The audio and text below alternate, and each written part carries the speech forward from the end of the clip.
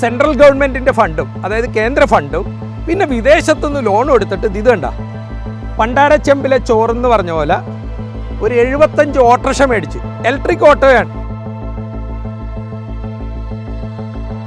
എറണാകുളം ജില്ലാ autorickshaw drivers cooperative society അവർക്കാണ് tender ചെയ്ത് കൊടുത്തിരിക്കുന്നത്. ഒരു ദിവസം 250 രൂപ വാടകയാണ് ഈ ഓട്ടോറിക്ഷക്ക്. അതെ അതെ, ഇത് തൊളയല്ലാട്ടോ, AI ആണ്. AI അപ്പം ഗോവിന്ദൻ പറയണ പോലെ AI. ഒരു വർഷത്തിന് മേലെ ഇതിൻ്റെ അകത്തൊക്കെ ഈ കിടക്കണ വണ്ടികൾ കലൂര് 2024 വരെ ആയിരുന്നു വാലിഡിറ്റി. അത് കഴിഞ്ഞിട്ട് ഇവർ അനക്കിയിട്ടില്ല ഈ വണ്ടി.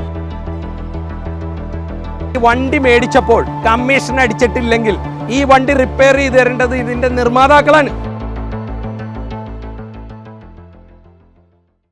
നമസ്കാരം. ഇന്ന് ഞാൻ നിങ്ങളുടെ മുമ്പിൽ അവതരിപ്പിക്കുന്നത് ഞെട്ടൊന്നും വേണ്ട, നമ്മുടെ കൊച്ചി മെട്രോ റെയിൽ ഒരു ദിവസം 100 ലക്ഷം രൂപ നഷ്ടത്തിലാണ് പോയിക്കൊണ്ടിരിക്കുന്നത്. അതായത് KMRL ഒരു ദിവസം 1 കോടി രൂപ നഷ്ടം. എൻ്റെയും നിങ്ങളുടെയും നികുതി പണം 100 ലക്ഷം നഷ്ടപ്പെട്ടുകൊണ്ടിരിക്കുമ്പോൾ ഇവർക്ക് ഉള്ള ഭാരം ചുമക്കാൻ പറ്റണില്ല. അതൊന്ന് നേരെ ആക്കിയിട്ട് പോരെ അടുത്ത പരിപാടി. ഇവർ കേരളത്തിൻ്റെ കിഫ്ബിയിൽ നിന്നും സെൻട്രൽ ഗവൺമെൻറ്റിൻ്റെ ഫണ്ടും അതായത് കേന്ദ്ര ഫണ്ടും പിന്നെ വിദേശത്തുനിന്ന് ലോൺ എടുത്തിട്ട് ഇത് കണ്ട പണ്ടാരച്ചെമ്പിലെ ചോറെന്ന് പറഞ്ഞ പോലെ ഒരു 75 ഓട്ടോറിക്ഷ മേടിച്ച് ഇലക്ട്രിക് ഓട്ടോയാണ്. നമ്മളെ രക്ഷിക്കാൻ വേണ്ടി ബെഹ്റ ചെയ്ത അല്ലെങ്കിൽ കൊച്ചി മെട്രോ ചെയ്ത ഒരു ഉപകാരമാണ്. അപ്പോൾ ഇതിൻ്റെ അകത്ത്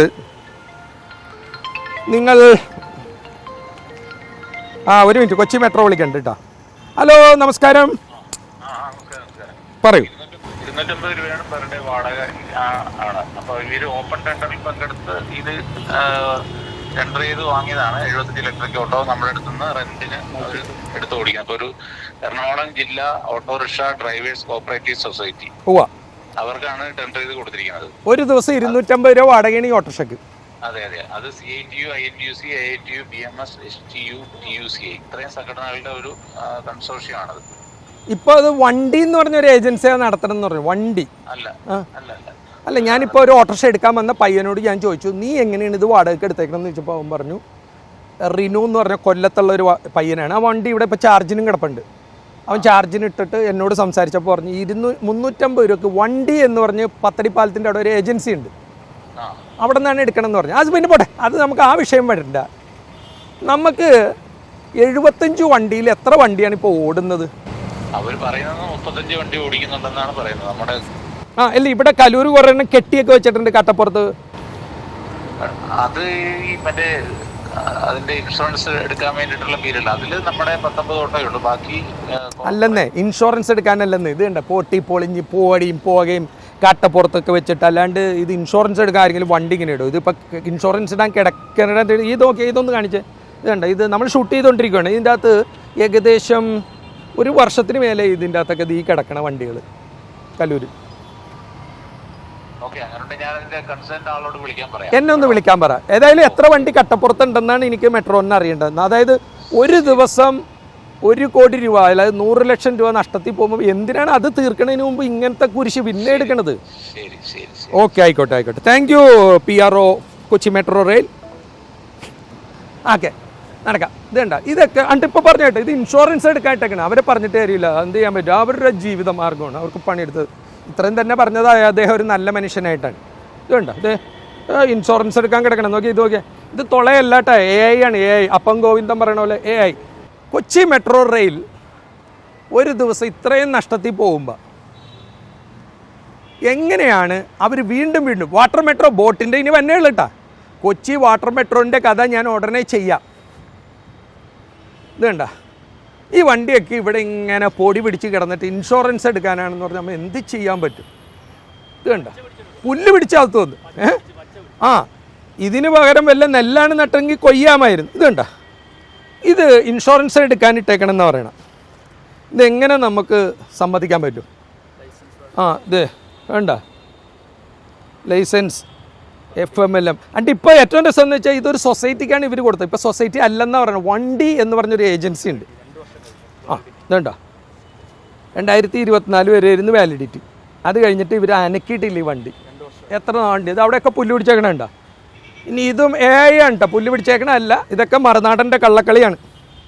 ഇനി ഇതിന് മറുനാടനെ രാത്രി വന്ന് പൊക്കുമോ ദൈവമേ? ഇതുണ്ട് ദേ അകത്ത് പുല്ല്. ഓഹോ ദേ അവിടെ ആ ഇതാണ് ഇവിടുത്തെ അവസ്ഥ. അപ്പോൾ കൊച്ചി മെട്രോ ഒന്ന് ലാഭത്തിനാക്കിയതിന് ശേഷം പോരെ പുതിയ പുതിയ പ്രോജക്റ്റ്? അല്ലെങ്കിൽ ഇത് ഞങ്ങളെ ഒന്ന് ഏൽപ്പിക്കും. ജനപക്ഷം ഒരു വെല്ലുവിളിയായിട്ട്, അല്ലെങ്കിൽ ഈ രാജ്യത്തെ രക്ഷിക്കാൻ, നിങ്ങളുടെ കടം കുറക്കാൻ ഞാനൊരു പ്രോജക്റ്റ് പറയാം. ഈ ഓട്ടോറിക്ഷ ഏത് കമ്പനിയാണ് നിങ്ങൾക്ക് തന്നത്? ഇതൊന്ന് അവർ റിപ്പയർ ചെയ്ത് നമ്മൾ ഇത്ര കോടി രൂപ കൊടുത്താണല്ലോ, അതും കടം കൊടുത്തതല്ലേ. ഇത് ഞങ്ങളെ ഏൽപ്പിച്ചാൽ ഞങ്ങളിത് നടത്തി കാണിച്ചു തരാം. പക്ഷേ CITയും INTCയും പാർട്ടി ഗുണ്ടകളൊന്നും വന്ന് തല്ലി പൊളിച്ച് കളയരുത്. ഇതുണ്ട് ഇതിൻ്റെ അവസ്ഥ നോക്കിയേ. ചവറ് കിടക്കണം, മാറാമ്പിൽ കിടക്കണം കേട്ടോ. ചവറും മാറാമ്പിലും എണ്ണ. ബാ 1 2 3 4 5 6 7 8 9 10 11 12 13 14 15 16 17 18 19 20 21 22 23 24 25 26 27 28 29 30 31 34 എണ്ണം ഇവിടെ കിടപ്പുണ്ട് കേട്ടോ ഈ ശവപ്പറമ്പിൽ. ഇനി എടപ്പള്ളി പത്തടിപ്പാലം ഒക്കെ വേറെ കിടപ്പുണ്ട്, തൃപ്പൂണിത്തുറയിലൊക്കെ. ഈ കലൂർ മെട്രോയുടെ അവിടെ മാത്രം 34 വണ്ടി കിടപ്പുണ്ട്. മാറാമ്പിൽ പിടിച്ചു, പുല്ല് പിടിച്ചു. എന്നിട്ട് ഇത് എന്ത് ചെയ്യാൻ പറ്റുമെന്ന് പറയണം. അപ്പോൾ എനിക്ക് ഒരു സംശയവും കൂടിയുണ്ട്. ഇത്തരം ഏജൻസിയിൽ ചോദ്യം ചെയ്യാതിരിക്കാൻ ഇതിൻ്റെ MD ഒക്കെ ആയിട്ട് DGPമാർ നിർത്തും. അപ്പോൾ വേണമെങ്കിൽ ഞങ്ങളെയൊക്കെ ചില കള്ളക്കേസിലൊക്കെ പെടുത്താമല്ലോ. പഴയ DGP ആകുമ്പോൾ ഇപ്പോഴത്തെ DGP കുറച്ച് അനുസരിക്കും. അങ്ങനെയല്ല ചെയ്യേണ്ടത്. പുതിയ DGP ഇതിനൊരു വിജിലൻസ് എൻക്വയറി ഇടണം. രാജ്യസ്നേഹമുള്ള, നാടിനെ രക്ഷിക്കുന്ന ഒരു പോലീസ് ഫോഴ്സാണ് ഇവിടെയെങ്കിൽ കൊച്ചി മെട്രോ ഒരു ദിവസം 1 കോടി 100 ലക്ഷം രൂപ നഷ്ടമുള്ളപ്പോൾ ആ നഷ്ടം നികത്തുന്നതിന് മുമ്പ് ഇവരെങ്ങനെ 75 ഓട്ടോറിക്ഷ മേടിച്ചു? ഇതെങ്ങനെയാണ് ഇപ്പോഴത്തെ അവസ്ഥ? ഇതുണ്ട് ടയറിൽ കാറ്റില്ല, ഇതുണ്ട് മുഴുവൻ പൊട്ടിപ്പൊളിഞ്ഞൊക്കെ ഇരിക്കുകയാണ്. ഇത് നമ്മുടെ പൈസയല്ലേ? 75 ഓട്ടോറിക്ഷ 2 വർഷം ഈ കട്ടപ്പുറത്തിരിക്കണം. പുതിയ പിള്ളേർക്കാണെങ്കിൽ തോണ്ടിയും മാന്തിയും കളിക്കാനല്ലാണ്ട് വല്ല നേരമുണ്ടാ? അവർ റീൽസ് അടിച്ച് പൊളിക്കും. ഗാന്ധിജി, നെഹ്റു, ശ്രീനാരായണ ഗുരു എന്നൊക്കെ പറഞ്ഞാൽ അതിങ്ങൾക്ക് വല്ല അറിയോ? അവർക്കറിയാവുന്ന റീൽസ് അടിക്കുന്ന കുറേ സാധനങ്ങളുണ്ടല്ലോ. ഏതായാലും DGP ബെഹ്റ ഒരു നല്ല ഉദ്യോഗസ്ഥനാണെങ്കിൽ 2 ചാലഞ്ച് ഏറ്റെടുക്കണം. ഒന്ന്, 75 ഓട്ടോറിക്ഷ കട്ടപ്പുറത്തായിട്ട് എത്ര നാളായി? ഇത് നല്ലൊരു പാർട്ടീനെ ഏൽപ്പിക്കാൻ പറ്റുമോ, അല്ല എന്നെ ഏൽപ്പിക്കാൻ പറ്റുമോ? ജനപക്ഷം എന്ന സംഘടന ഇത് നടത്തി കാണിച്ചു തരാം. പക്ഷേ ഈ വണ്ടി മേടിച്ചപ്പോൾ കമ്മീഷൻ അടിച്ചിട്ടില്ലെങ്കിൽ ഈ വണ്ടി റിപ്പയർ ചെയ്ത് തരേണ്ടത് ഇതിൻ്റെ നിർമ്മാതാക്കളാണ്.